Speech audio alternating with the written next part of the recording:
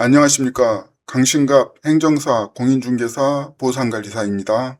이번 강의는 부동산 공법 제33회 기출문제 해설 저자 강의입니다. 이 강의는 부동산 공법 기출문제 총정리 교재 구입자와 공인중개사 수험생을 위한 강의로 대한민국 최초로 행정 경험과 실무 경험을 융복합한 기존 강의와 차별화된 스토리텔링 강의입니다. 단순 암기식 강의가 아닌 행정 경험 및 실무 사례 소개, 문제 문항별 근거 법령을 제시, 수험생 여러분이 정오답에 대한 확신을 가질 수 있도록 구성하였습니다.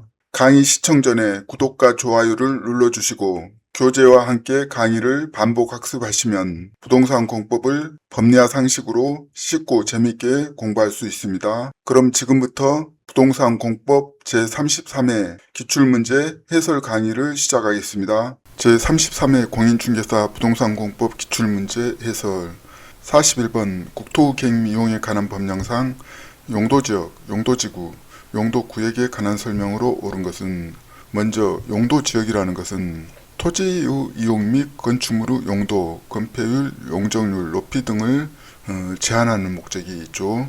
용도지구는 용도지역의 제한을 강화하거나 완화하여 용도지역의 기능을 증진시키는 역할을 합니다. 용도구역은 용도지역 및 용도지구 제한을 강화하거나 완화하는 역할을 하죠. 1번 대도시 시장은 유통상업지역의 복합용도지구를 지정할 수 있다. 먼저 복합용도지구라는 것은 용도지역의 개발을 촉진하기 위한 목적이 있죠. 그런데 유통상업지역, 상업지역은 수혜를 받고 있는 특혜지역이잖아요.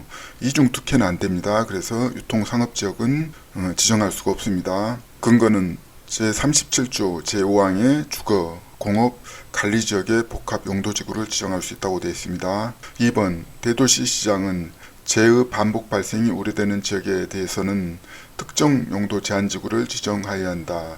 먼저 특정 용도 제한지구는 주거 및 교육환경, 청소년 보호 등을 목적으로 지정합니다.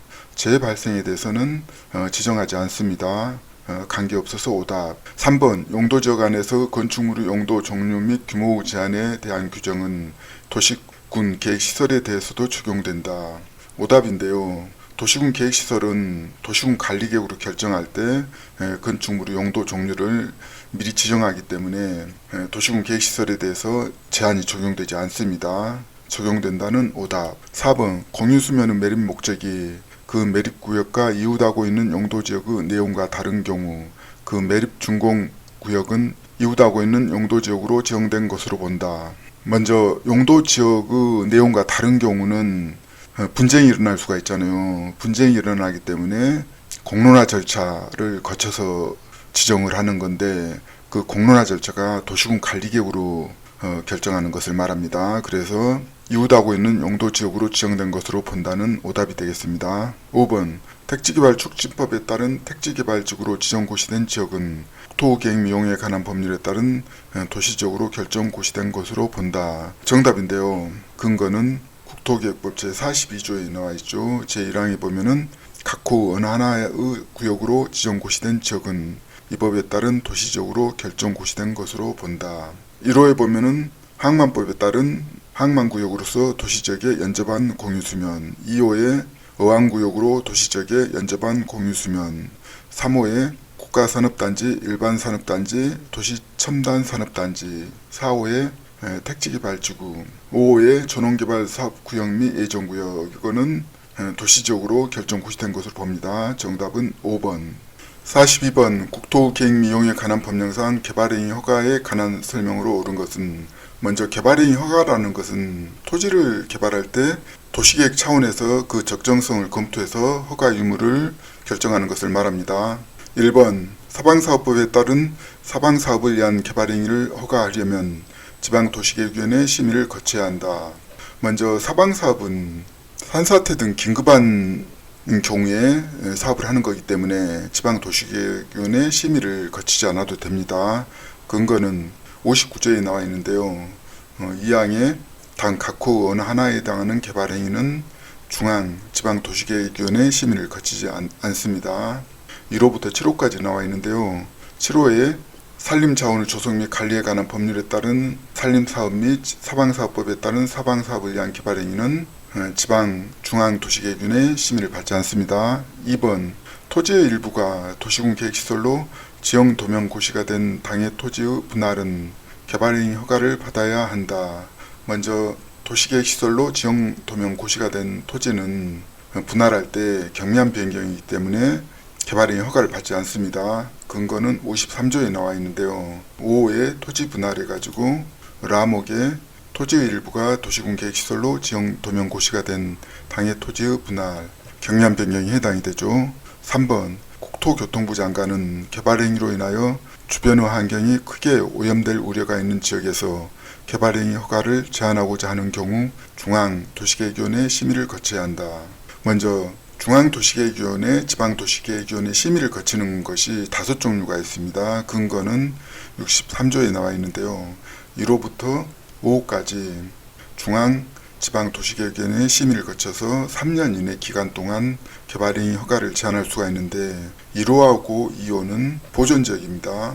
1호는 수목이 집단적으로 자라고 있는 지역, 2호는 주변의 환경, 경관, 미관 및 국가유산 등이 크게 오염되거나 손상될 우려가 있는 지역이고 3호 도시군 기본계획, 도시군 관리계획, 계획지역이고 4호는 지구단위 계획지역, 5호는 기반시설 부담구역, 계획지역입니다. 4번 시도지사는 기반시설 부담구역으로 지정된 지역에 대해서는 10년간 개발행위 허가를 제한할 수 있다. 개발행위 허가 제한은 1호부터 5호까지 3년 동안 제한할 수가 있죠. 그런데 계획지역 3호부터 5호까지는 중앙지방도시계획위원회 심의를 받지 않고 2년간 연장할 수가 있습니다. 기반시설 부담구역은 총 3년 플러스 2년 해가지고 5년 개발행위 제한이 가능하기 때문에 10년은 틀립니다. 5번 토지의 분할을 위한 개발행위 허가를 받은 자는 그 개발행위를 마치며 시도지사의 준공검사를 받아야 한다. 먼저 준공검사 대상이 토지 분할은 해당되지 않는데 해당되는 것은 1호부터 3호까지입니다. 건축물의 건축 또는 공작물의 설치, 토지의 형질 변경, 토속의 채취만 준공검사 대상이고 4, 5 토지 분할하고 5 녹지지역, 관리지역, 자연환경 보존지역에 물건을 1개월 이상 쌓아놓는 행위는 준공검사 대상이 아닙니다. 정답은 3번. 43번 국토계획미용에 관한 법령상 성장관리계획에 관한 설명으로 옳은 것은 먼저 성장관리계획이라는 것은 개발 욕구가 심한 녹지지역, 관리지역, 농림지역에 지정해서 난개발을 예방하고 계획적인 개발을 유도하는 지역입니다. 1번 시장 또는 군수는 공업지역 중 향후 시가가 예상되는 지역의 전부 또는 일부에 대하여 성장관리계획구역을 지정할 수 있다. 공업지역은 대상이 아닙니다. 근거는 75조 이에 녹지지역, 관리지역, 농림지역, 자연환경 보전지역만 성장관리계획을 수립할 수가 있습니다. 2번 성장관리계획구역 내 생산 녹지지역에서는 30% 이하의 범위에서 성장관리계획으로 정하는 바에 따라 건폐율을 안하여 적용할 수 있다. 원래는 생산 녹지지역은 건폐율이 20%인데 성장관리계획구역을 지정하면은 30% 이하의 범위에서 건폐율을 안하에 적용할 수 있습니다. 근거는 국토계획법 75조 3에 나와 있죠. 1호의 계획관리지역은 원래는 40%인데 50% 이하, 2호의 생산관리지역, 농림지역 및 대통령으로 정하는 녹지지역은 20%인데 30% 이하. 3번 성장관리계획구역 내 보존관리지역에서는 125% 이하의 범위에서 성장관리계획으로 정하는 바에 따라 용적률을 안하여 적용할 수 있다. 용적률 안하는 계획관리지역에만 가능합니다. 보존관리지역은 성장관리계획 지정을 할 수 없는 지역이죠. 근거는 국토계획법 75조 3에 나와 있는데요. 성장관리계획구역 내 계획관리지역에서는 125% 이하의 범위에서 용적률을 안하에 적용할 수가 있습니다. 보존관리지역 오답. 4번 시장 또는 군수는 성장관리계획구역을 지정할 때는 도시군 관리계획의 결정으로 하여한다. 도시군 관리계획은 주민 간 이해 충돌이 발생할 여지가 큰 지역 8개 구역을 도시군 관리계획으로 정하고 있죠. 국토계획법 2조 용어구정에 나와 있습니다. 용도지역, 개발제한구역 등 성장관리계획구역은 이해 충돌 여지가 없습니다. 오히려 주민들한테 이익이 되기 때문에 도시군 관리계획으로 결정하지 않습니다. 5번 시장 또는 군수는 성장관리계획구역을 지정하려면 성장관리계획구역안을 7일간 일반이 열람할 수 있도록 해야 한다. 7일이 아니라 통상적으로 14일 동안 주민한테 열람 공고를 합니다.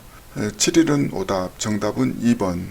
44번 국토계획 미용에 관한 법령상 개발행위 허가를 받은 자가 행정처인 경우 개발행위에 따른 공공시설의 기속에 관한 설명으로 옳은 것은, 먼저 공공시설의 기속은 행정처인 경우와 행정처이 아닌 민간인인 경우가 다릅니다. 1번 개발행위 허가를 받은 자가 새로 공공시설을 설치한 경우 새로 설치된 공공시설은 그 시설을 관리할 관리청에 무상으로 기속된다.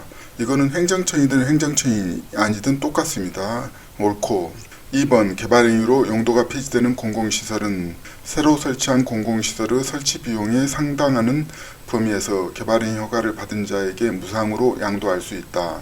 이거는 행정청이 아닌 경우에 해당이 되는데요. 행정청인 경우는 폐지되는 공공시설을 어떤 기관이 갖고 있든 다 국가가 갖고 있는 거잖아요. 그렇기 때문에 상관이 없습니다. 무상으로 기속이 됩니다. 근거는 제65조에 나와 있습니다. 3번 공공시설의 관리청이 불분명한 경우 하천에 대하여는 국토교통부 장관을 관리청으로 본다. 이 문제는 행정체계에 대한 문제인데요. 하천에 대한 관리권은 환경부 장관이 가지고 있죠. 그래서 환경부 장관이 관리청이 됩니다. 국토교통부 장관은 오답. 4번 관리청에 기속되거나 개발행위 허가를 받은 자에게 양도될 공공시설은 준공검사를 받음으로써 관리청과 개발행위 허가를 받은 자에게 각각 기속되거나 양도된 것으로 본다.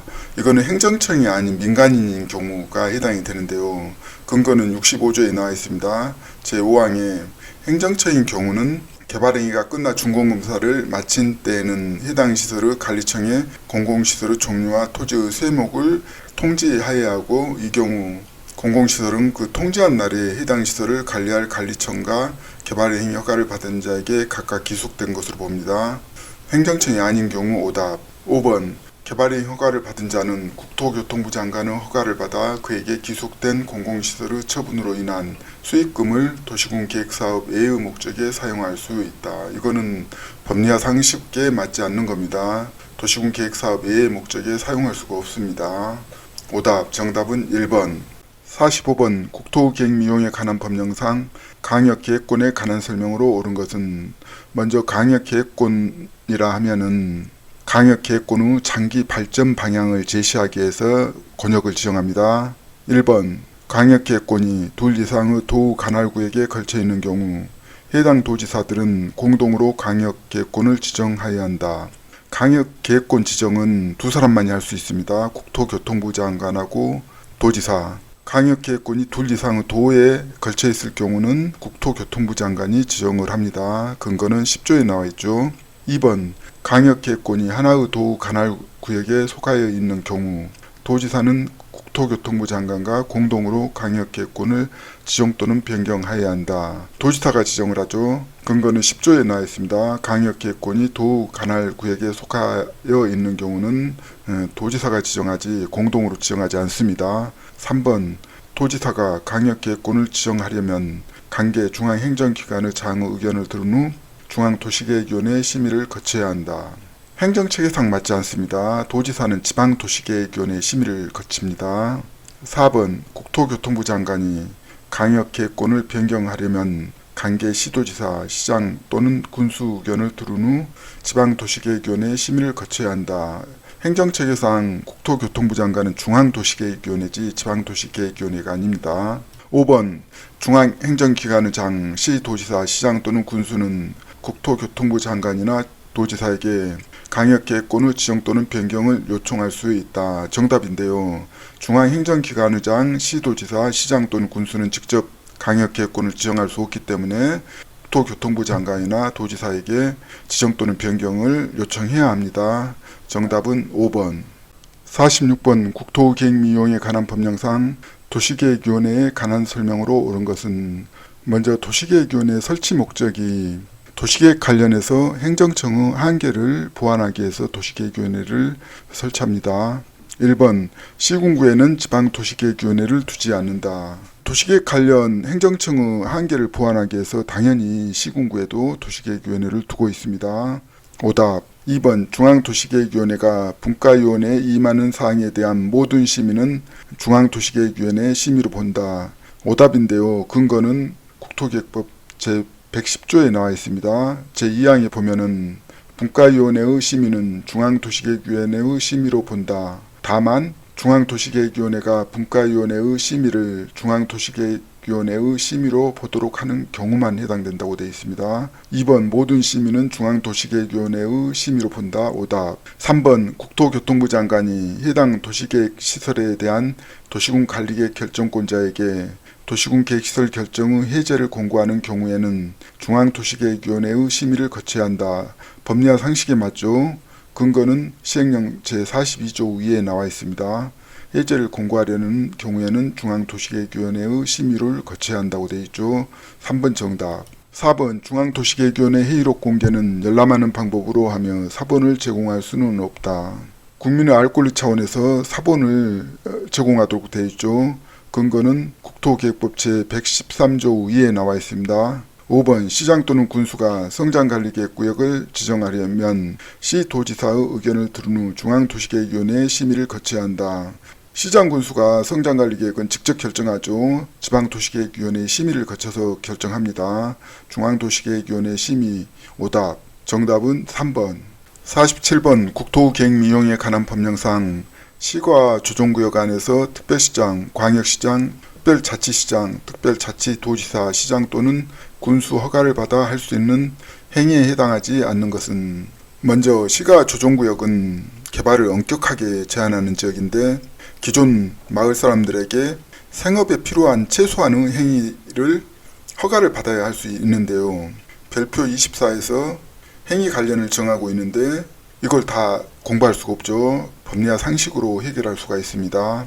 1번 농업, 임업 또는 어업을 영위하는 자가 관리용 건축물로서 기존 관리용 건축물의 면적을 제외하고 33제곱미터를 초과하는 것을 건축하는 행위. 기존 관리용 건축물을 제외한다고 되어 있잖아요. 법리와 상식에 맞지 않습니다. 그리고 대부분 관리용 건축물이 33제곱미터를 정하고 있죠. 정답이 바로 나왔습니다. 틀린 것 찾는 문제 1번. 2번 주택의 증축. 기존 주택의 면적을 포함하여 100제곱미터 이하에 해당하는 면적의 증축을 말한다. 마을 사람이 최소한도 거주할 수 있는 100제곱미터에 해당하는 주택을 증축하는 것은 가능합니다. 허가받으면은 2번 해당이 되고 3번 마을 공동시설로서 정자 등 간이유계소 설치. 동네 사람들 살 수 있게 해야 되잖아요. 4번 마을 공동시설로서 농로 제방 및 사방시설을 설치. 5번 마을 공동시설로서 농기계 수리소 및 농기계용 유류 판매소. 다 그 마을 사람들한테 공동으로 필요한 것들이기 때문에 우리가 법리와 상식으로 해결할 수가 있습니다. 허가받아서 할 수 있습니다. 별표 24에 시가 조정구역에서 할 수 있는 행위 열거가 되어 있죠. 정답은 1번. 48번 국토계획미용에 관한 법령상 개발행위에 따른 기반시설의 설치에 관한 설명으로 틀린 것은 이 문제는 개발밀도 관리구역하고 기반시설 부담구역에 대한 차이점을 묻는 문제로 보시면 될 것 같습니다. 1번 개발밀도 관리구역에서는 해당 용도지역에 적용되는 용적률의 최대 한도의 50% 범위에서 강하여 적용한다.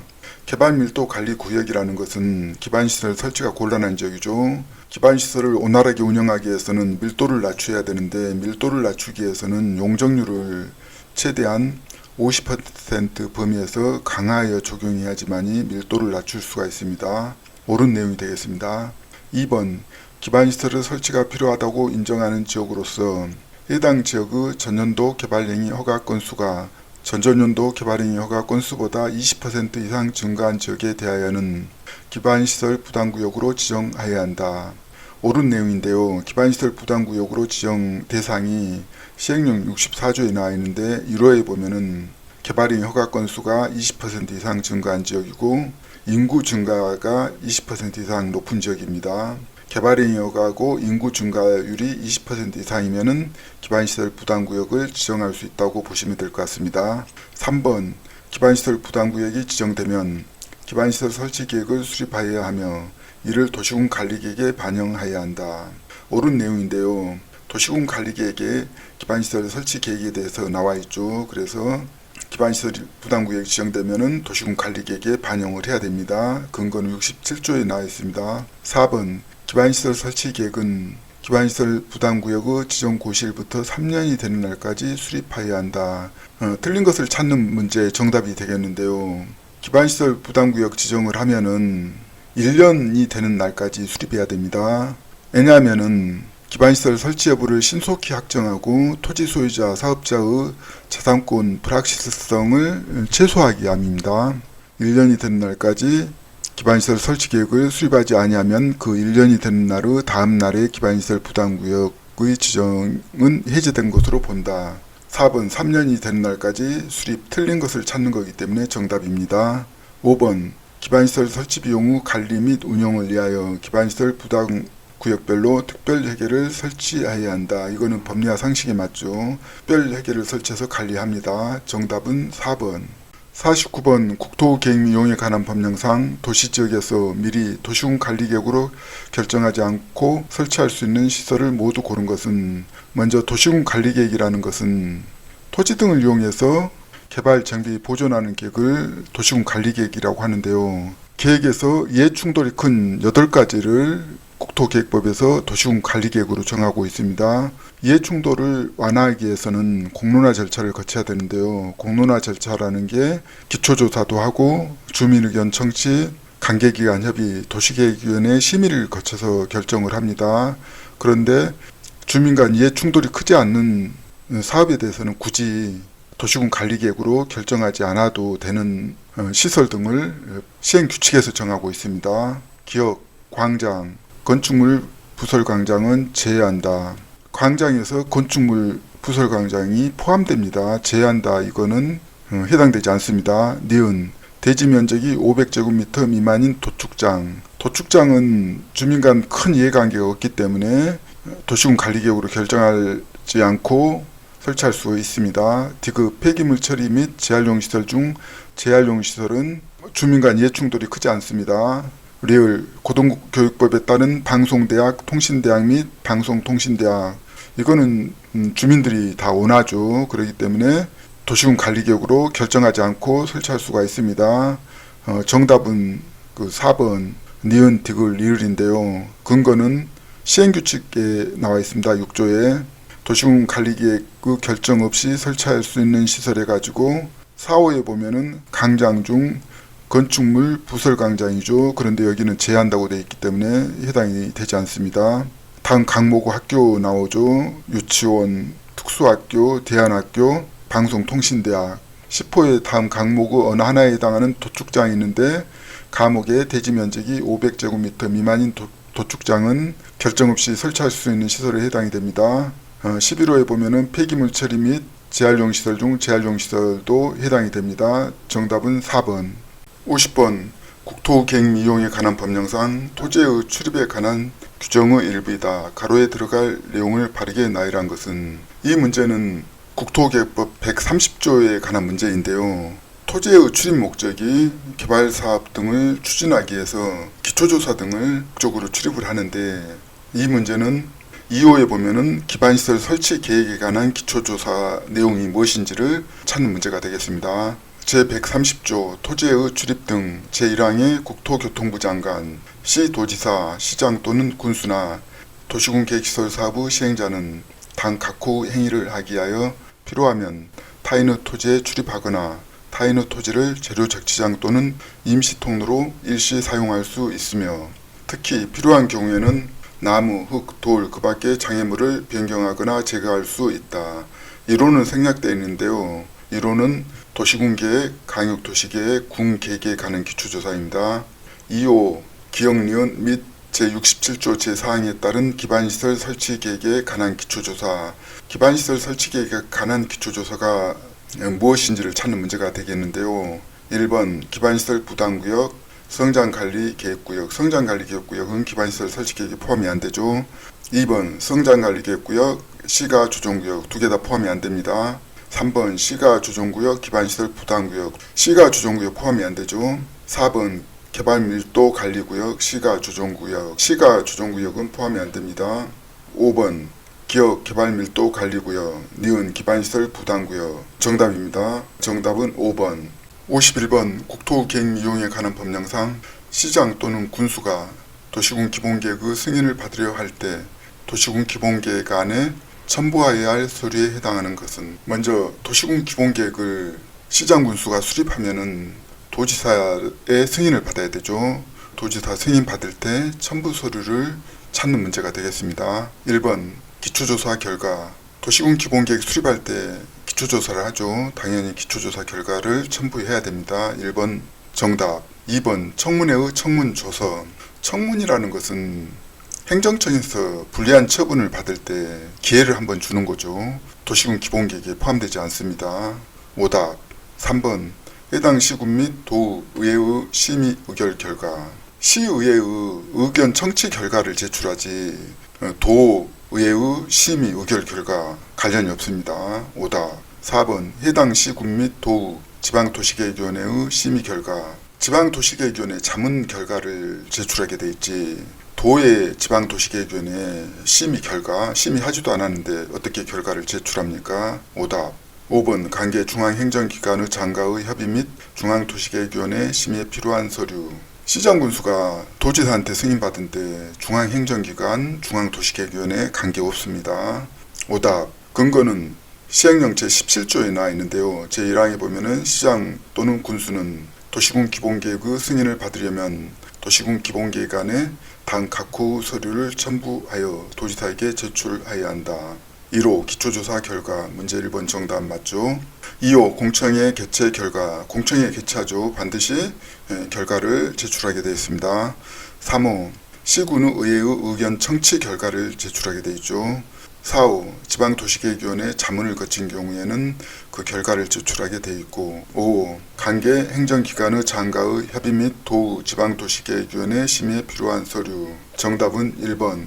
52번 국토계획이용에 관한 법령상 용도지역별 용적률의 최대 한도에 관한 내용이다. 가로에 들어갈 숫자를 바르게 나열한 것은, 먼저 용도지역에서 가장 중요한 요소가 용적률하고 건폐율인데요. 용적률에 대해서 시험에 자주 출제가 되고 있죠. 용적률은 하나의 규칙을 알면은 쉽게 풀 수 있습니다. 첫 번째 주거지역은 준주거지역이 맥시멈이 500%이죠. 두 번째 계획관리지역은 100%, 농림지역은 80%이죠. 그래서 정답은 3번 500, 100, 80이 정답인데요. 근거는 국토계획법 시행령 85조에 나와 있는데요. 용적률을 계산할 때 규칙이 있습니다. 규칙을 알면은 쉽게 풀 수 있습니다. 주거지역은 6가지로 되어 있죠. 1종 전용, 2종 전용, 1종 일반, 2종 일반, 3종 일반, 준주거 해가지고 50씩 플러스 되는데 6호 준주거지역 500% 이하인데요. 준주거지역에는 상업시설, 업무시설 등이 포함되기 때문에 용적률이 가장 높습니다. 상업지역을 살펴보면은 1,500, 300, 100, 100, 200씩 차이가 납니다. 중심이 가장 높고 그 다음에 일반 상업, 유통, 근린. 공업지역에 보면은 전용공업, 일반공업, 중공업 해가지고 300, 350, 400인데요. 중공업지역은 주거시설, 상업시설 등이 포함이 되죠. 그래서 용적률이 400%입니다. 보존녹지는 80, 생산녹지는 100, 자연녹지는 100이고, 보존관리, 생산관리, 계획관리, 농림, 자연환경은 다 80인데 계획관리지역만 100%입니다. 정답은 3번. 53번 도시개발법령상 지방공기업법에 따라 설립된 지방공사가 단독으로 토지상한채권을 발행하는 경우에 관한 설명으로 옳은 것은, 먼저 토지상한채권이라는 것은 사업시행으로 조성된 토지 건축물로 상환하는 채권을 말하는데요. 이 문제는 지방공사가 단독으로 토지상한채권을 발행할 때 관련 문제입니다. 1번 은행법에 따른 은행으로부터 지급보증을 받는 경우에만 토지상한채권을 발행할 수 있다. 민간인 경우이고요. 공공인 경우에는 지급보증 없이 발행할 수가 있습니다. 근거는 23조에 나와 있는데요. 제1항에 보면은 예외적으로 제11조 제1항 5호부터 11호까지 민간이죠. 민간에 해당되는 경우에는 대통령으로 정하는 금융기관 등으로부터 지급보증을 받은 경우에만 이를 발행할 수 있게 되어 있습니다. 그러나 1호부터 4호까지는 공공위주 국가나 지방자치단체, 2호의 공공기관, 3호의 정부 출연기관, 4호 지방공사는 지급보증과 관계없이 발행할 수가 있습니다. 2번 토지상한채권의 발행 규모는 그 토지상한채권으로 상환할 토지, 건축물이 해당 도시발사업으로 조성되는 분양토지 또는 분양건축물 면적의 2분의 1을 초과하지 아니하도록 하여야 한다. 옳은 내용인데요. 시행령 45조에 나와있죠. 정답입니다. 3번 토지상한채권은 이전할 수 없다. 토지상한채권은 이전이 가능합니다. 시행령 53조에 나와 있는데요. 제1항에 보면은 토지상한채권을 이전하는 경우 취득자는 그 성명과 주소를 토지상한채권 원부에 기재하여 줄 것을 요청하여야 한다 해가지고 이전이 가능하죠. 4번 토지가격의 추산 방법은 토지상한채권의 발행계획에 포함되지 않는다. 토지가격 추산 방법이 중요한데 발행계획에 당연히 포함돼야 되겠죠. 근거는 시행령 47조에 나와 있습니다. 요코의 토지가격 추산 방법이 나와 있죠. 5번 토지 등의 매수 대금의 일부를 지급을 위하여 토지상한채권을 발행할 수 없다. 토지상한채권은 개발에 따른 비용을 충당하기 위해서 발행하는데 당연히 토지 등의 매수 대금도 포함되죠. 발행할 수 없다. 오답. 정답은 2번. 54번 도시개발 법령상 환지 처분에 관한 설명으로 틀린 것은 먼저 환지 처분이라는 것은 도시개발 사업에서 종전의 토지를 사업 완료 후에 새로 조성된 토지로 바꿔주는 행정처분을 환지 처분이라고 합니다. 1번 도시개발구역의 토지 소유자나 이해관계인은 환지 방식에 의한 도시개발사업 공사 관계 서류 공란기관에 시행자에게 의견서를 제출할 수 있다. 법리와 상식에 맞죠. 근거는 40조 2항에 나와 있습니다. 2번 환지를 정하거나 그 대상에서 제외한 경우 그 가부족부는 금전으로 청산하여야 한다. 가부족부는 금전으로 청산하게 되어 있습니다. 근거는 41조에 나와 있는데요. 제1항에 보면은 환지를 정하거나 그 대상에서 제외한 경우 그 가부족부는 금전으로 청산하여야 한다고 되어 있죠. 2번도 옳고 3번 시행자는 지정권자에 의한 준공검사를 받은 경우에는 90일 이내에 한지 처분을 하여야 한다. 준공검사 받고 60일 이내에 한지 처분을 하게 되어 있습니다. 근거는 40조에 나와 있습니다. 틀려서 정답입니다. 4번 시행자가 한지 처분을 하려는 경우에는 환지 계획에서 정한 사항을 토지 소유자에게 알리고 간부 또는 공보에 의해 이를 공고하여야 한다. 이거는 법리와 상식에 맞는 말입니다. 근거는 40조에 나와 있죠. 5번 환지 계획에서 정하여진 환지는 그 환지 처분이 공고된 날의 다음날부터 정존의 토지로 본다. 옳은 내용인데요.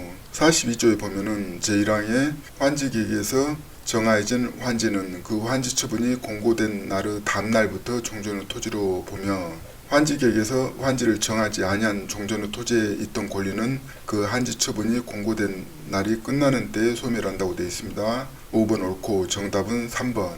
55번 도시개발 법령상 국토교통부 장관이 도시개발 구역을 지정할 수 있는 경우에 해당하지 않는 것은 먼저 도시개발 구역 지정은 원칙적으로 시도지사, 대도시 시장이 도시개발 구역을 지정할 수가 있는데요. 국토교통부 장관은 국가계획 등과 관련해서 예외적으로 지정을 할 수가 있습니다. 1번 국가가 도시개발 사업을 실시할 필요가 있는 경우 해당되고 2번 관계중앙행정기관의 장이 요청하는 경우 해당. 3번 한국토지주택공사 사장이 20만 제곱미터 규모로 국가계획과 밀접한 관련이 있는 도시개발 구역의 지정을 제한하는 경우 20만이 아니라 30만입니다.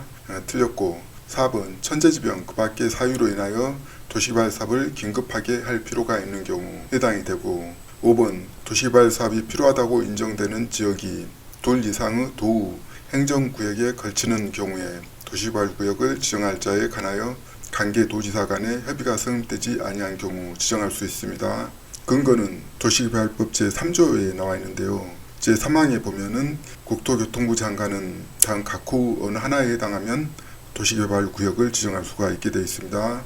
1호 국가계획과 관련이 있는 경우, 2호 중앙행정기관의 장이 요청하는 경우, 3호에 공공기관의 장이나 정부 출연기관의 장이 30만 제곱미터 이상으로 국가계획과 밀접한 관련이 있는 도시개발 구역의 지정을 제한하는 경우 3번은 20만 제곱미터죠. 틀렸습니다. 정답.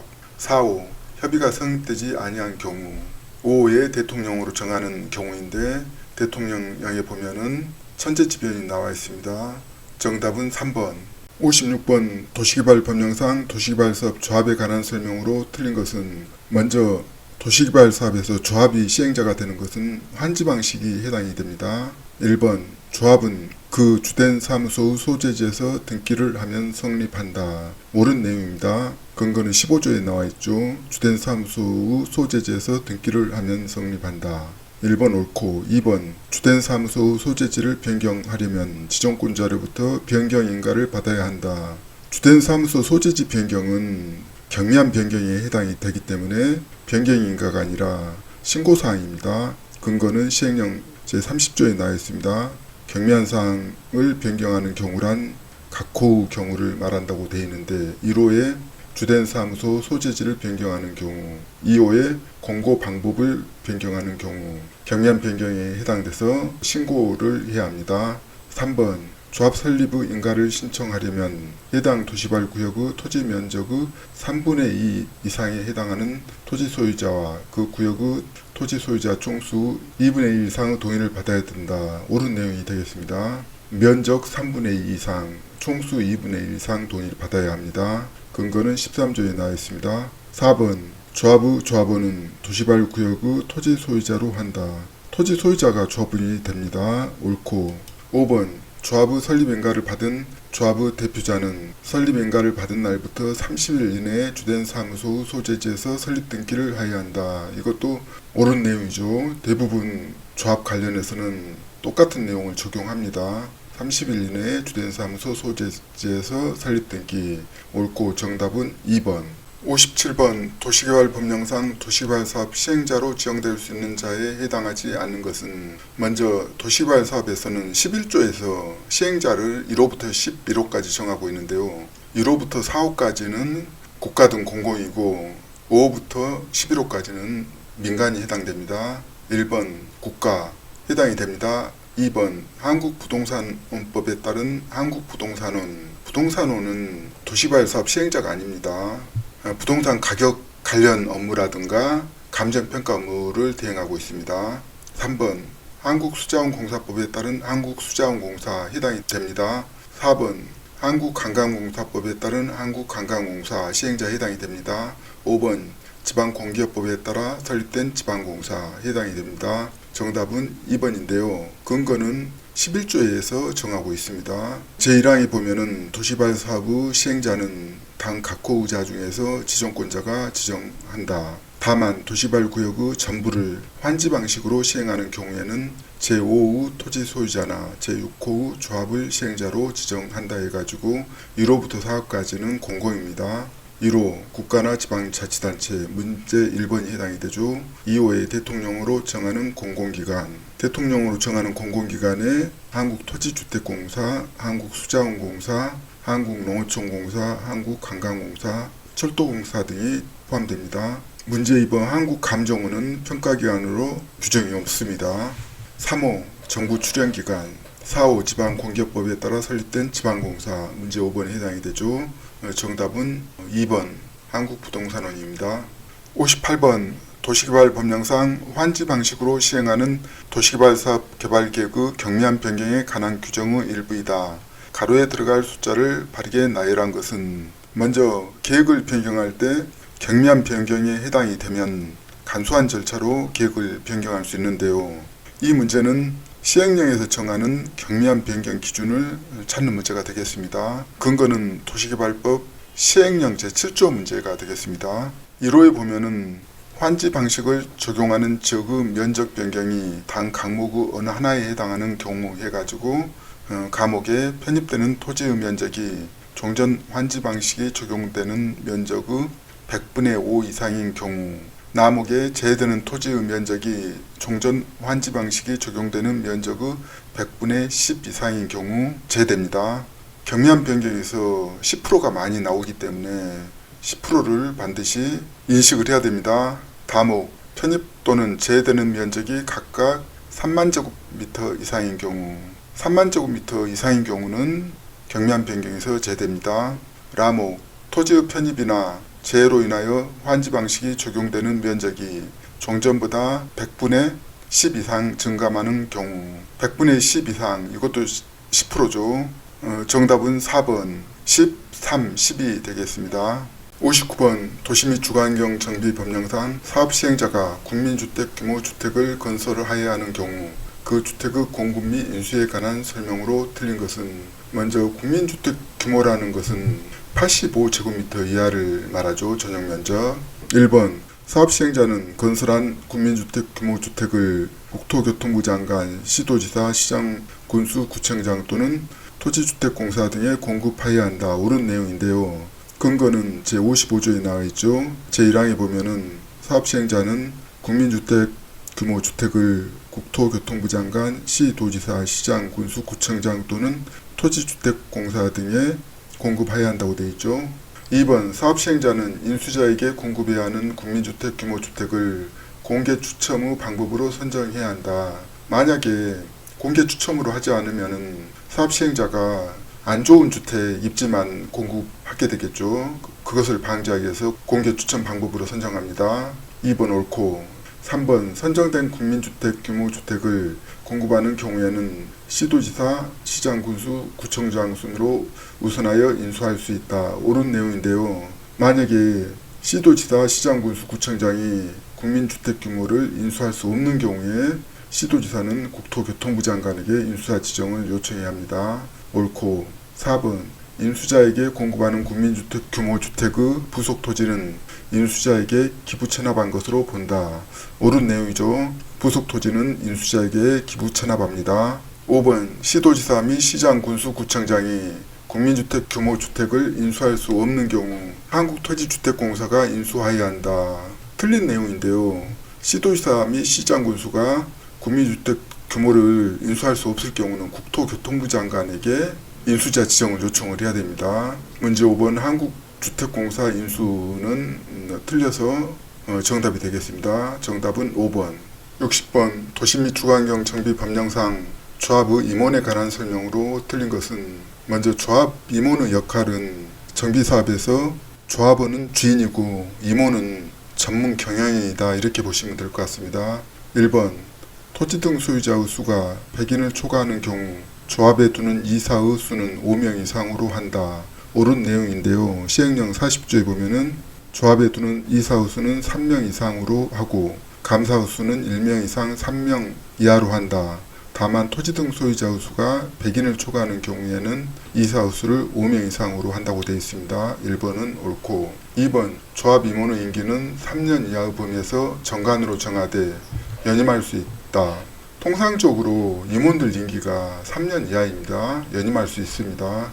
옳은 내용이 되겠고 3번 조합장이 아닌 조합 임원은 대의원이 될 수 있다.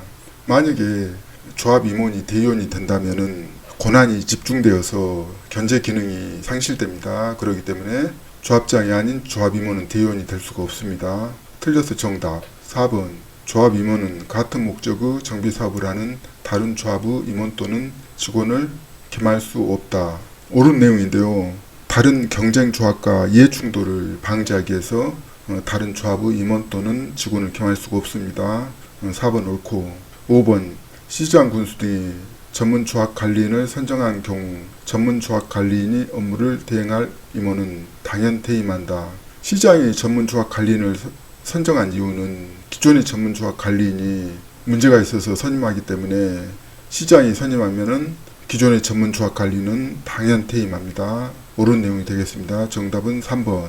61번 도시 및 주거환경 정비 법령상 분양 신청을 하지 아니한 자 등에 대한 조치에 관한 설명이다. 가로에 들어갈 내용을 바르게 나열한 것은 이 문제는 제가 토지 수용팀장을 맡았기 때문에 토지 보상에 관해서 제대로 설명을 할 수가 있는데요.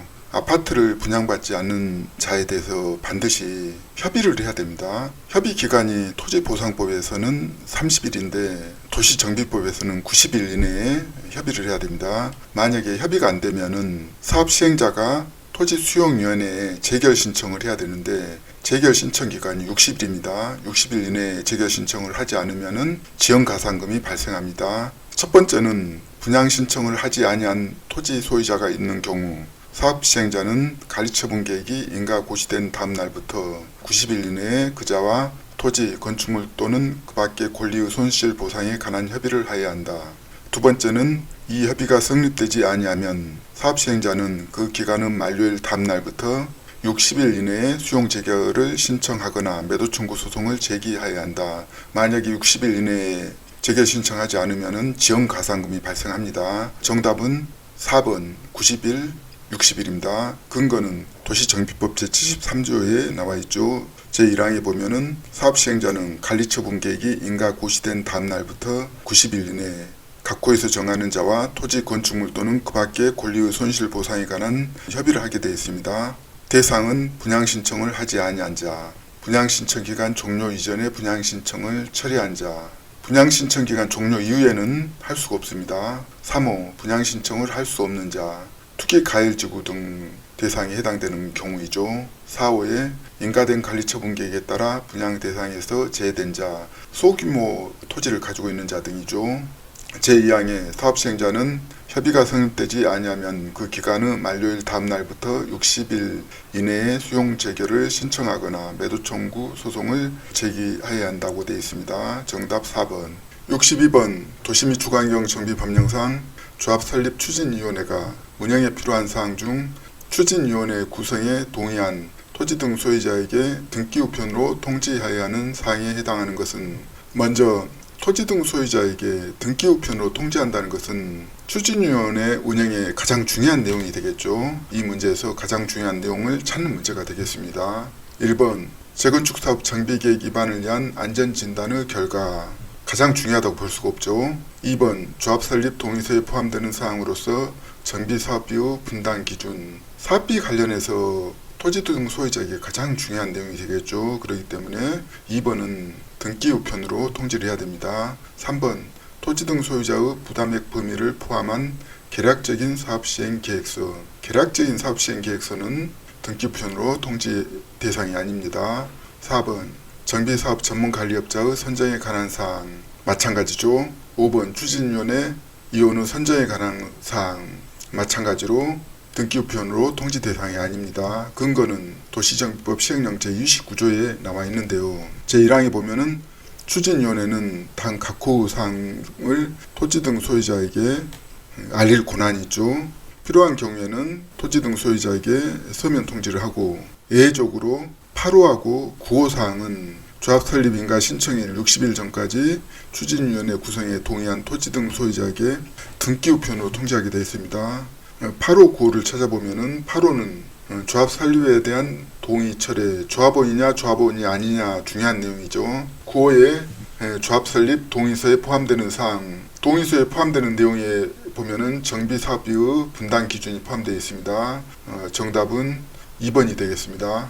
63번 도시 및 주거환경 정비 법령상 한국토지주택공사가 단독으로 정비 사업을 시행하는 경우에 작성하는 시행 규정에 포함하여야 하는 사항이 아닌 것은, 이 문제는 공공기관인 한국토지주택공사가 단독으로 정비사업을 시행하는 경우에 시행 규정에 포함되지 않는 내용을 찾는 문제가 되겠습니다. 1번 토지 등 소유자 전체의, 2번 토지 등 소유자의 권리 의무, 3번 토지 및 건축물에 관한 권리의 평가 방법, 4번 정비사업의 시행연도 및 시행방법, 5번 공고 공람 및 통지 방법. 정답은 1번 토지 등 소유자 전체 해인데요. 한국토지주택공사가 공공기관으로서 법률에 의해 공공성, 중립성이 담보되기 때문에 별도의 토지 소유자 전체를 둘 필요가 없기 때문에 1번에 해당되지 않습니다. 근거는 정비법 제53조에 나와 있는데요. 토지주택공사 등 또는 신탁업자가 단독으로 정비사업을 시행하는 경우 다음 각호 사항을 포함하는 시행규정을 작성하여야 한다. 2호 정비사업의 시행연도 및 시행방법 문제 4번이 해당이 되고, 4호의 토지 등 소유자의 권리 의무 문제 2번 해당, 6호의 공고 공람 및 통지의 방법 5번에 해당, 7호의 토지 및 건축물에 관한 권리 평가 방법 문제 3번 해당, 11호의 토지 등 소유자 전체의 신탁업자가 사업시행자인 경우만 해당이 된다고 되어 있습니다. 정답은 1번. 64번 도시 및 주거환경 정비 법령상 시장 군수 등이 아닌 사업시행자가 시행하는 정비사업부 정비계획에 따라 설치되는 도시군계획시설 중 그 건설에 드는 비용을 시장, 군수 등이 부담할 수 있는 시설을 모두 고른 것은, 이 문제는 민간 사업 시행자가 정비 계획에 따라서 설치되는 도시계획시설을 시장, 군수 등이 부담할 수 있는 시설을 찾는 문제가 되겠습니다. 기업 공원, 니엇 공공공지, 디귿 공동구, 리을 공용주차장, 정답은 5번 전부 해당이 되는데요. 근거는 도시정비법 제92조 제2항에 나와 있는데요. 시장, 군수 등은 시장, 군수 등이 아닌 사업 시행자가 시행하는 정비사업부 정비계획에 따라 설치되는 당 각호 시설에 대하여는 그 건설에 드는 비용 후 전부 또는 일부를 부담할 수 있다. 1호의 도시군계획시설 중 대통령령으로 정하는 주요 정비 기반시설 및 공동이용시설. 대통령령 제77조에 나와있죠. 1호 도로, 2호 상하수도, 3호 공원 문제기억 정답, 4호의 공용주차장 문제리을 정답, 5호의 공동구 문제디귿 정답, 6호의 녹지, 7호의 하천, 8호의 공공공지 문제니은 정답, 9호의 강장. 정답은 5번. 65번 주택법령상 도시형 생활주택 중 아파트형 주택으로 인정받기 위한 요건으로 옳은 것을 모두 고른 것은, 이 문제는 2025년도 1월 20일 법령 개정으로 소형 주택에서 아파트형 주택으로 바뀌었습니다. 아파트형 주택에 해당되는 것을 찾는 문제가 되겠습니다. 기억, 세대별 주거 전용 면적은 60제곱미터 이하일 것. 해당되지 않습니다. 니은, 세대별로 독립된 주거가 가능하도록 욕실 및 부엌을 설치할 것. 해당됩니다. 디귿, 주거 전용 면적이 30제곱미터 미만인 경우에는 욕실 및 부엌을 제외한 부분을 하나의 공간으로 구성할 것. 해당되지 않고, 리을, 지하층에는 세대를 설치하지 아니할 것. 정답은 니은, 리을이 해당이 되는데요. 근거는 시행령 10조에 나와 있습니다. 도시형 생활주택 해가지고 제1항에 대통령으로 정하는 주택 해가지고 도시지역에 건설하는 다음 각호 주택을 말한다 해가지고 1호에 아파트형 주택이 있습니다. 다음 각목 요건을 모두 갖춘 아파트인데, 가목에 세대별로 독립된 주거가 가능하도록 욕실 및 부엌을 설치할 것. 니은이 해당이 되죠. 나목의 지하층에는 세대를 설치하지 않을 것. 문제 리을이 해당됩니다. 정답은 4번. 66번 주택법령상 주택 상한사채에 관한 설명으로 옳은 것은, 먼저 주택 상한사채라는 것은 주택으로 상한하는 사채를 말하는데, 주택 상한사채에 대한 전반적인 이해에 대한 문제가 되겠습니다. 1번 법인으로서 자본금이 3억 원인 등록사업자는 주택 상한사채를 발행할 수 있다. 3억은 등록요건이지 상한사채 발행할 때는 자본금이 5억 이상입니다. 3억은 오다. 근거는 시행령 84조에 나와 있습니다. 2번 발행 조건은 주택 상한 사채권에 적어야 하는 사항에 포함된다. 옳은 내용이 되겠죠. 근거는 시행령 83조에 나와 있는데요. 주택 상한 사채 기재사항에 대해서 발행 기간, 발행 금액, 발행 조건, 상한의 시기와 절차가 나와 있습니다. 2번은 정답. 3번 주택 상한 사채를 발행하려는 자는 주택 상한 사채 발행 계획을 수립하여 시도지사의 승인을 받아야 한다. 주택 관련해서는 국토교통부 장관이 주택정책을 추진하기 때문에 주택 상한사채도 국토교통부 장관은 승인을 받게 되어 있습니다. 주택법 80조의 2항에 나와 있습니다. 시도지사 승인은 오답. 4번 주택 상한사채는 액면으로 발행하고 할인의 방법으로 발행할 수 없다. 액면 할인으로 발행할 수가 있습니다. 근거는 시행령 83조에 나와 있죠.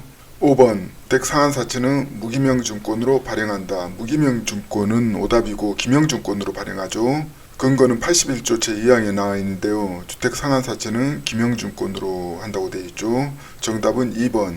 67번 주택법령상 토지임대부 분양주택에 관한 설명으로 옳은 것은, 먼저 토지임대부 분양주택이라는 것은 토지는 공공이 소유한 채 임대하고 그 이에 건설한 주택만 분양하는 주택을 토지임대부 분양주택이라고 합니다. 1번 토지임대부 분양주택의 토지에 대한 임대차 기간은 50년 이내로 한다.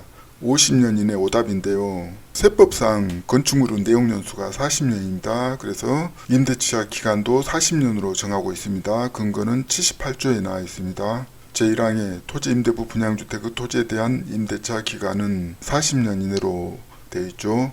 2번 토지임대부 분양주택의 토지에 대한 임대차 기간을 갱신하기 위해서는 토지임대부 분양주택 소유자의 3분의 2 이상이 계약갱신을 청구하여야 한다.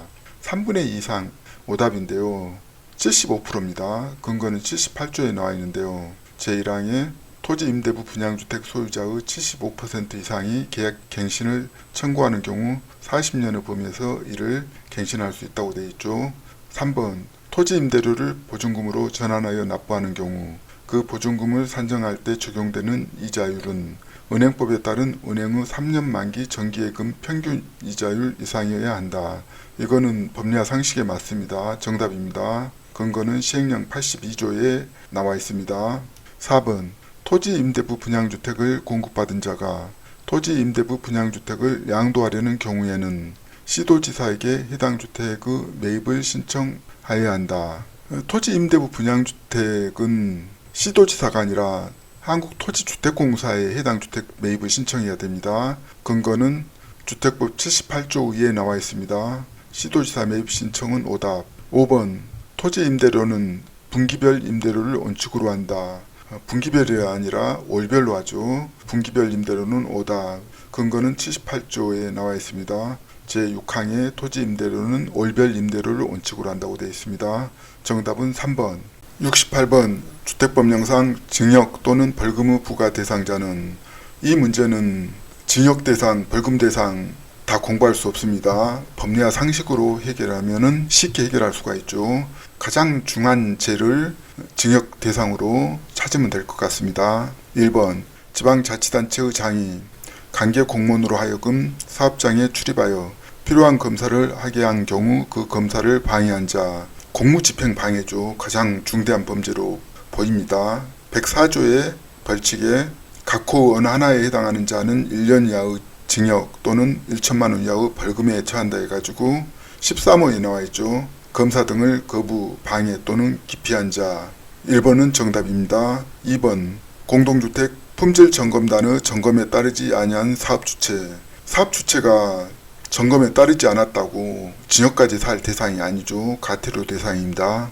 3번 주택조합의 임원으로서 다른 주택조합의 발기인을 겸직한 자. 다른 주택조합 발기인 겸직했다고 징역까지 살 대상이 아니죠. 가태료 대상입니다.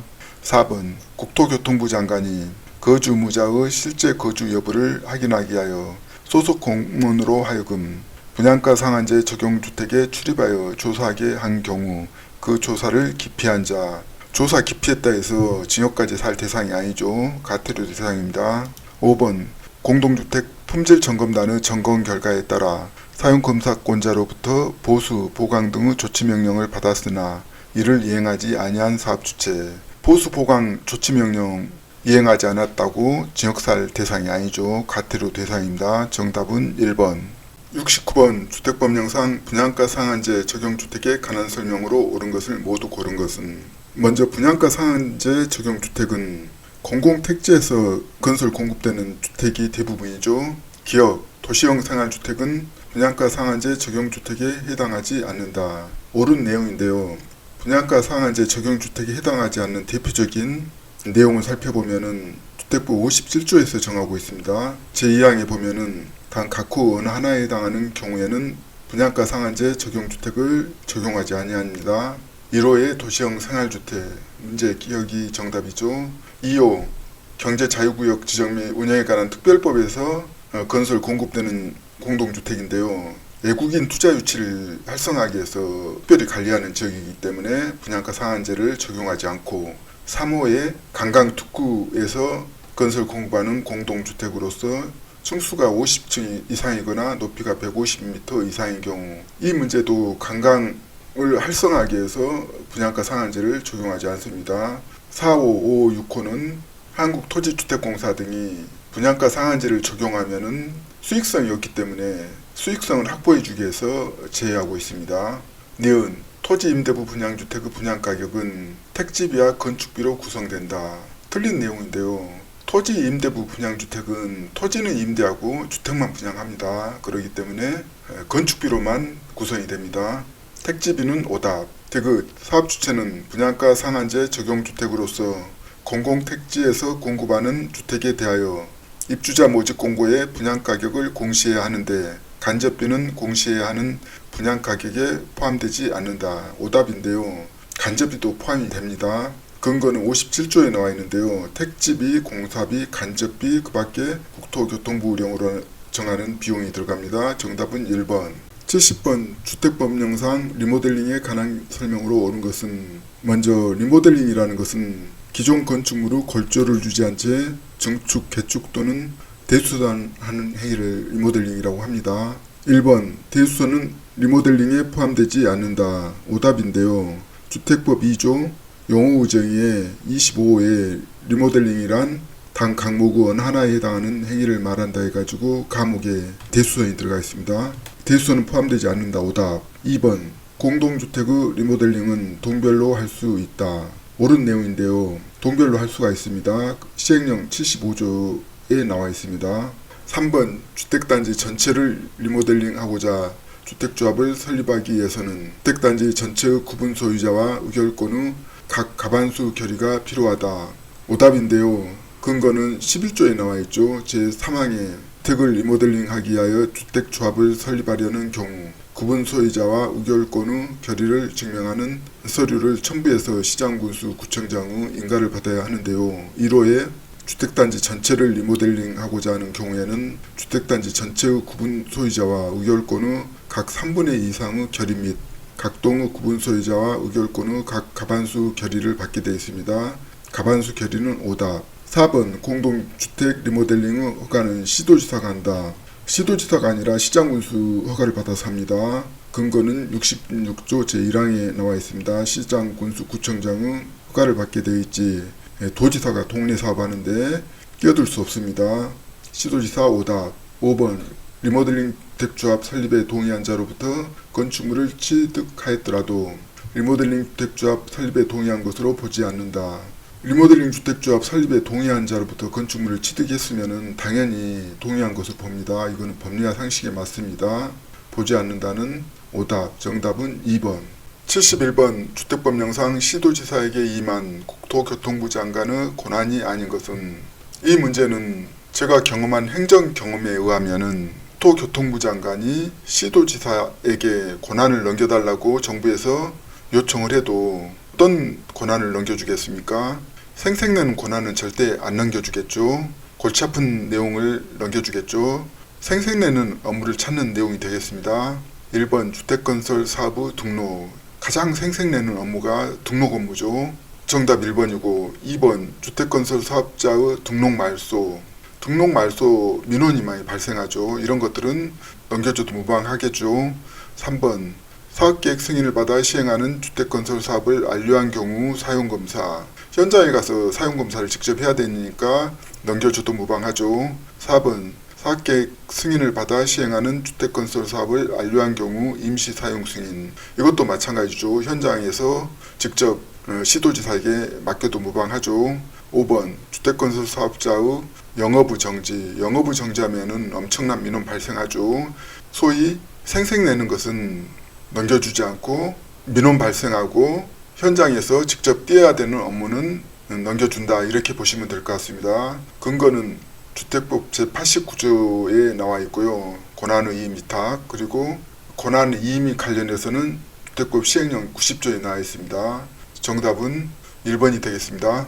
72번 건축법령상 안전영향평가기관이 안전영향평가를 실시할 때 검토해야 하는 사항에 해당하지 않는 것은, 이 문제는 법리와 상식으로 충분히 해결할 수 있는 문제가 되겠습니다.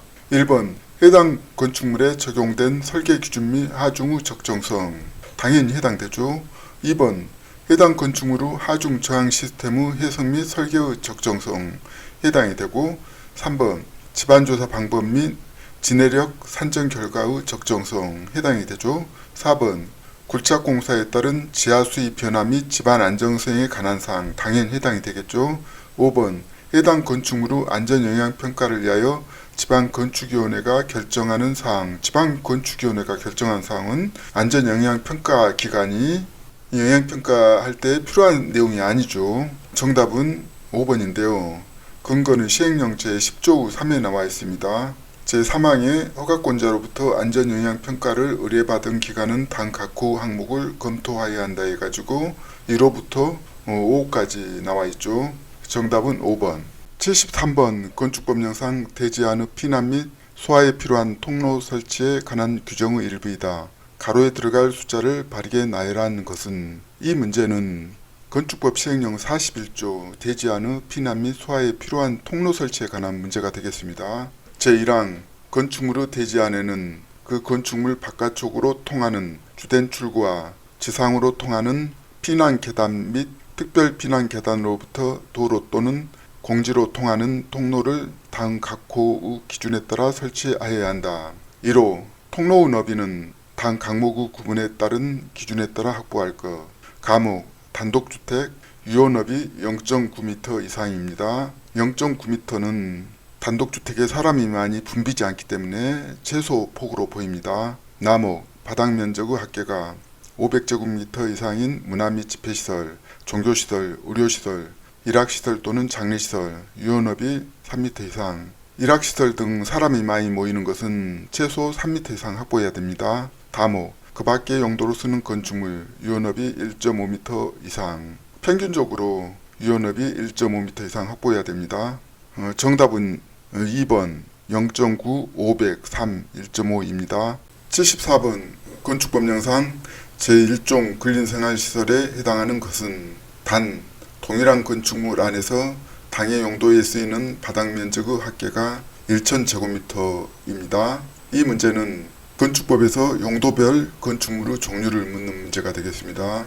1번 극장. 극장은 500제곱미터 미만은 제2종입니다. 서점. 서점은 1000제곱미터 미만인데 1000제곱미터는 미만에 해당이 안 되죠. 2번은 2종 근생시설입니다. 3번 탁구장은 최소 2종 근생시설이죠. 탁구장이 500제곱미터를 초과하면 운동시설이 해당이 됩니다. 4번 파출소. 파출소는 1000제곱미터 미만이 1종인데 1000제곱미터 이상은 업무시설에 해당이 됩니다. 5번 산후조리원. 정답인데요. 1종 근린생활시설은 주민생활과 밀접한 관련이 있는 시설이죠. 의원, 치과의원, 한의원, 침술원, 적골원, 조산원, 안마원, 산후조리원 등 면적과 상관없이 원자 들어가면은 일종 근린생활시설이다 이렇게 보시면 될 것 같습니다. 정답은 5번.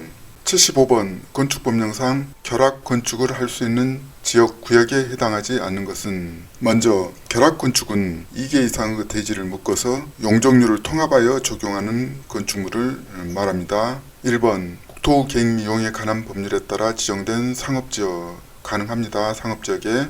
2번 역세권의 개발 및 이용에 관한 법률에 따라 지정된 역세권 개발구역, 역세권 개발구역도 가능합니다. 3번 건축협정구역 가능합니다. 4번 특별가로구역. 결합건축을 할 수 없는 지역인데요.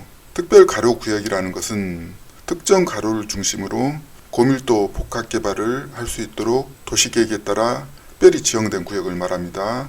해당 사항이 없습니다. 5번 리모델링 활성화구역 가능합니다. 근거는 건축법 제77조 1호에 나와 있는데요. 결합건축 대상지 해가지고 제1항에 당 각호 어느 하나에 해당하는 지역에서 대지 간의 제단거리가 100m 이내의 범위에서 대통령으로 정하는 범위에 있는 2개의 대지의 건축주가 서로 합의한 경우 2개의 대지를 대상으로 결합건축할 수 있다고 되어 있습니다. 1호 상업지역이죠. 2호 역세권 개발구역.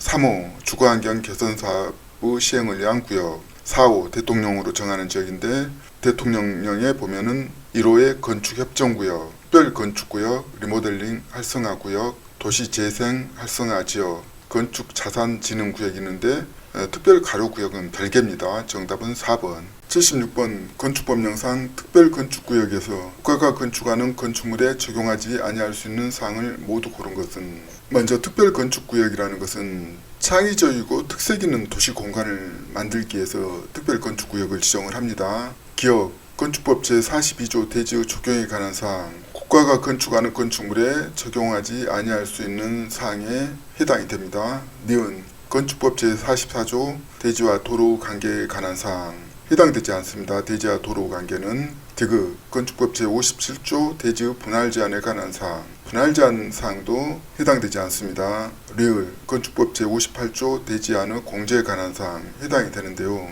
정답은 3번 기억하고 리얼이 되는데 근거는 건축법 70조에 나와 있습니다. 특별 건축구역에서 건축 기준 등의 특례사항을 적용하여 건축할 수 있는 건축물은 다음 각 호의 어느 하나에 해당되어야 한다 해가지고 1호에 국가 또는 지방자치단체가 건축하는 건축물 73조에 살펴보면은 관계 법령의 적용 특례가 있습니다. 제1항에 보면은 특별 건축구역에 건축하는 건축물에 대하여 다음 각 호를 적용하지 아니할 수 있다 해가지고 42조가 조경에 관한 사항이죠. 58조가 대지안의 공제에 관한 사항인데 44조, 57조는 적용 특례사항에 포함되어 있지 않습니다. 정답은 3번. 77번 건축법령상 건축물의 면적 등의 산정 방법에 관한 설명으로 틀린 것은 먼저 건축물 면적 산정에서 제외하는 것을 찾으면은 쉽게 해결할 수가 있는데요. 예를 들어서 필수 안전 설비 공간이라든가 공익적, 환경적, 조성 공간 이런 것들은 제외합니다. 1번 공동주택으로서 지상층에 설치한 조경시설의 면적은 바닥 면적에 산입하지 않는다. 옳은 내용이죠. 근거는 시행령 119조에 나와 있습니다. 2번 지하주차장의 경사로의 면적은 건축 면적에 산입한다. 지하주차장 경사로는 필수 안전 설비 공간이죠. 건축 면적에 산입하지 않습니다. 근거는 119조에 나와 있죠. 건축 면적 산입은 틀려서 정답입니다. 3번 태양열을 주된 에너지원으로 이용하는 주택의 건축 면적은 건축물의 외벽 중 내층 내력벽의 중심선을 기준으로 한다. 옳은 내용입니다. 시행규칙 제43조에 그대로 나와 있습니다. 4번 용적률을 산정할 때는 지하층의 면적은 연면적에 산입하지 않는다. 용적률 산정할 때 지하층 면적은 산입하지 않죠. 근거는 시행령 119조에 열거되어 있습니다. 5번 층의 구분이 명확하지 아니한 건축물의 높이는 4m마다 하나의 층으로 보고 그 층수를 산정한다. 옳은 내용이죠. 근거는 시행령 제119조에 나와 있습니다. 정답은 2번. 78번 건축법령상 건축 허가 대상 건축물을 건축하려는 자가 건축 관련 입주학 규모의 사전결정 통지를 받은 경우에 허가를 받은 것으로 볼 수 있는 것을 모두 고른 것은 이 문제는 건축주가 건축 허가를 받기 전에 허가권자에게 허가 여부를 사전 요청할 수가 있죠. 허가권자가 허가 여부를 검토해서 통보하는데 통지를 받는 경우 허가가 의제되는지 여부를 묻는 문제가 되겠습니다. 기억, 농지법 제34조에 따른 농지 전용 허가 해당됩니다. 니은, 하천법 제33조에 따른 하천 점용 허가 해당이 되고 디귿, 국토계획 이용에 관한 법률 제56조에 따른 개발행위 허가 당연히 해당이 되죠. 리을, 도시지역 예우지역에서 산지관리법 제14조에 따른 보존산지에 대한 산지 전용 허가 도시지역 예는 안됩니다. 산지관리법에 따라서 도시지역 내만 가능합니다. 정답은 3번 기억하고 니은 디귿이 되는데요. 근거는 건축법 10조에 나와 있는데요. 제6항에 보면은 사전결정 통지를 받은 경우에는 단 각호 허가를 받거나 신고 또는 협의를 한 것으로 본다 해가지고 1호에 개발이행 허가 2호에 산지 전용 허가와 산지 전용 신고 다만 보존산지인 경우에는 도시지역만 해당이 된다고 되어 있습니다. 리을은 도시지역 예이기 때문에 해당이 안됩니다. 3호 농지 전용허가 신고 및 협의 4호 하천 전용허가 정답은 3번 79번 농지법령상 농지는 자기의 농업 경영에 이용하거나 이용할 자가 아니면 소유하지 못함이 원칙이다. 그 외에 해당하지 않는 것은 이 문제는 경자 유전의 원칙에 대한 문제인데요. 1번 8년 이상 농업 경영을 하던 사람이 이농한 후에도 이농 당시 소유 농지 중 1만 제곱미터를 계속 소유하면서 농업 경영에 이용되도록 하는 경우에 해당이 됩니다. 근거는 농지법 23조 제1항 7호 남목에 나와 있습니다. 2번 농림축산식품부 장관과 협의를 마치고 공익사업을 위한 토지 등의 취득 및 보상에 관한 법률에 따라 농지를 취득하여 소유하면서 농업 경영에 이용되도록 하는 경우에 해당이 되는데요. 근거는 농지법 6조 제2항 10호 마목에 나와 있습니다. 공익사업을 위한 토지 등의 취득 및 보상에 관한 법률에 따라 농지를 취득하여 소유하는 경우에 해당. 3번 공유수면 관리 및 매립에 관한 법률에 따라 매립농지를 취득하여 소유하면서 농업 경영에 이용되도록 하는 경우에 매립농지 취득도 예에 해당이 됩니다. 농지법 제6조 제2항 10호 다목에 나와 있습니다. 매립농지를 취득하여 소유하는 경우. 4번 주말 체험 영농을 하려고 농업진흥지역 내의 농지를 소유하는 경우. 농업진흥지역 외의 농지를 소유하는 경우는 예에 해당이 되는데 농업진흥지역 내의 농지를 소유하는 경우는 예에 해당이 안됩니다. 근거는 농지법 제6조 제2항 3호 주말 체험 영농을 하려고 농업진흥지역 외의 농지를 소유하는 경우. 문제 4번은 예에 해당하지 않아 정답. 5번 초중등교육법 및 고등교육법에 따른 학교가 그 목적 사업을 수행하기 위하여 필요한 연구지 실습지로 쓰기 위하여 농림축산식품부령으로 정하는 바에 따라 농지를 취득하여 소유하는 경우. 농지 소유에 해당이 됩니다. 근거는 제6조 제2항 2호에 나와 있습니다. 정답 4번. 80번 농지법령상 농지대장에 관한 설명으로 틀린 것은. 먼저 농지대장이라는 것은 토지대장과 별도로 농지의 현황과 이용상태 등을 기록 관리하는 공적인 장부가 되겠습니다. 1번 농지대장은 모든 농지에 대해 필지별로 작성하는 것은 아니다. 오답인데요. 모든 농지에 대해서 필지별로 작성합니다. 근거는 시행령 70조에 나와 있는데 문제 1번은 필지별로 작성 아니다. 틀려서 정답. 2번 농지대장의 적을사항을 전산정보 처리 조직으로 처리하는 경우 그 농지대장 파일은 농지대장으로 본다. 모든 것을 다 전산 처리하죠. 전산정보 처리 조직으로 처리하는 것은 농지대장 파일로 봅니다. 근거는 49조에 나와 있습니다. 2번은 옳고. 3번 시구읍면허장은 관할구역 안에 있는 농지가 농지 전용 허가로 농지에 해당하지 않게 된 경우에는 그 농지대장을 따로 편철하여 10년간 보존해야 한다. 옳은 내용인데요. 농지가 농지 전용 허가로 농지에 해당하지 않아도 농지대장을 따로 편철해서 10년간 보존하게 되어 있습니다. 근거는 시행규칙 제56조에 나와 있습니다. 4번 농지 소유자 또는 임차인은 농지의 임대차 계약이 체결된 경우 그날부터 60일 이내에 시구읍면허장에게 농지대장의 변경을 신청하여야 한다. 옳은 내용인데요. 임대차 계약이 체결돼도 농지대장을 변경해야 됩니다. 60일 이내에. 근거는 농지법 제49조 2에 나와 있습니다. 5번 농지대장의 열람은 해당 시구읍면허 사무소 안에서 관계 공무원의 참여하에 해야 한다. 법리와 상식에 맞는데요. 만약에 관계 공무원이 입회하지 않으면은 이해 관계자가 농지대장을 훼손할 수도 있잖아요. 그렇기 때문에 반드시 관계 공무원 참여하에 해야 합니다. 시행규칙 제58조에 나와 있습니다. 정답은 1번.